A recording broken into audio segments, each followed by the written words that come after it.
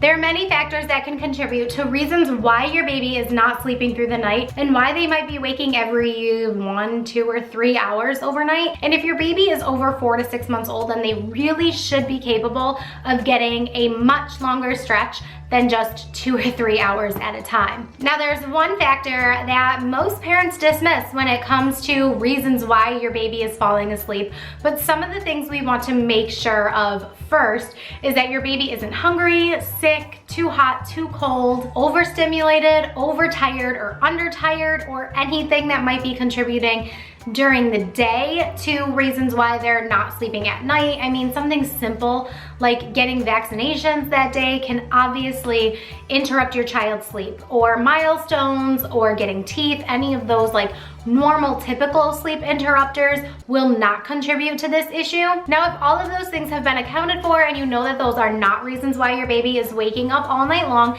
then I have to ask, is your baby relying on a sleep prop association to fall asleep at bedtime? If you're wondering, what is a sleep prop association? It's any association that your baby has with falling asleep.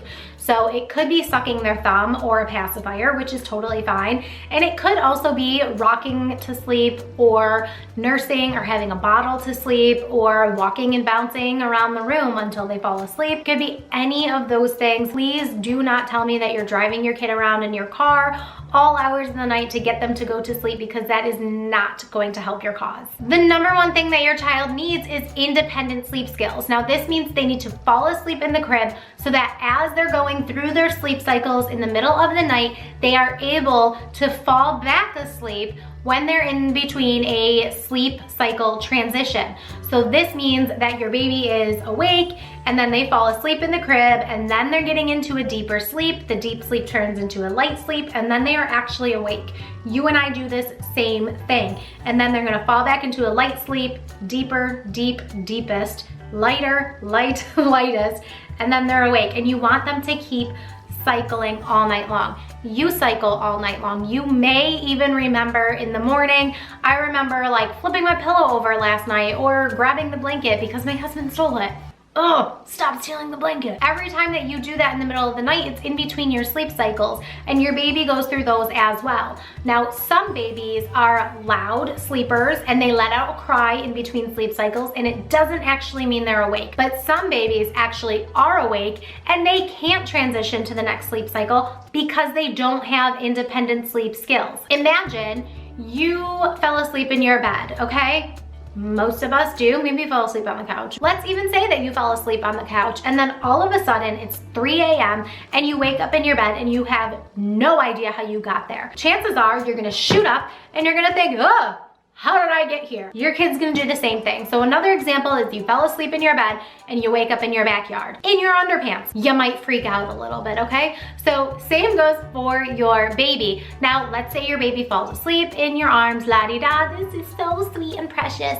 And then you transfer your baby and they still are sleeping, and then 20 minutes later, maybe an hour later, maybe 2 hours later, they wake up and they freak the F out. It's because they have no idea where they are. How did they get into this crib? If they're not familiar with that sleep space, they're not going to be comfortable and they're not going to feel safe there. So you're really doing yourself a disservice and you're doing your baby a disservice by not teaching them how to self-soothe. Now, in another video, I am going to dig deep into why it's important for your baby to be able to consolidate their sleep and sleep through the night. But today we're going to talk about how to get them there. If you're new to my channel, then you may not know that I am a certified pediatric sleep consultant, and I have over 6 years of one-on-one consulting service experience.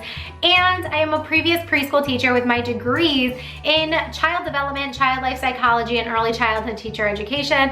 I know a thing or two about child development and sleep and why it is so important, and how to get you from point A to point B, point A being the land of no sleep, and point B being glorious sleep every single night. When I work one-on-one with clients, I am going to do a full comprehensive assessment and analysis of your child's temperament, their age, your parenting style, their milestones that they've met before, and your preferences for sleep training.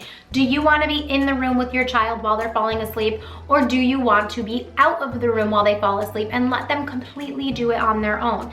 That doesn't mean you're leaving them to cry it out, and I never tell parents not to go in and check on their child. You can have a total range of different sleep training methods that you choose from. And I actually have a whole playlist right here that you can look at all the different sleep training methods that I've talked about on this channel, and you can choose from one of those and sleep train your baby with that method. Now, we have things ranging from shush pat, pick up, put down, chair in the room method, wellness quick checks, all of the things that you can do with your baby, but you need to pick one and you need to stick with it.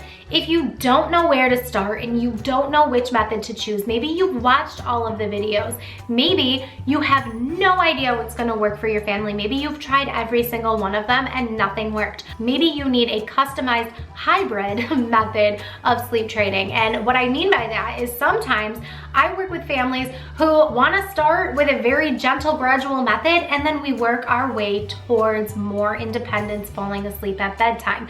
So that might mean that I am going to blend several, or just maybe two, sleep training methods together to get you from point A to point B. If you don't want to do all the research, or maybe you're just overwhelmed and you just want me to do this for you and lay you out a plan and give it to you on a silver platter, it's actually not going to be on a silver platter. I'm really sorry. It's going to be in a client portal where you will have access to all of the documents that I'm going to provide you during our sleep consultation.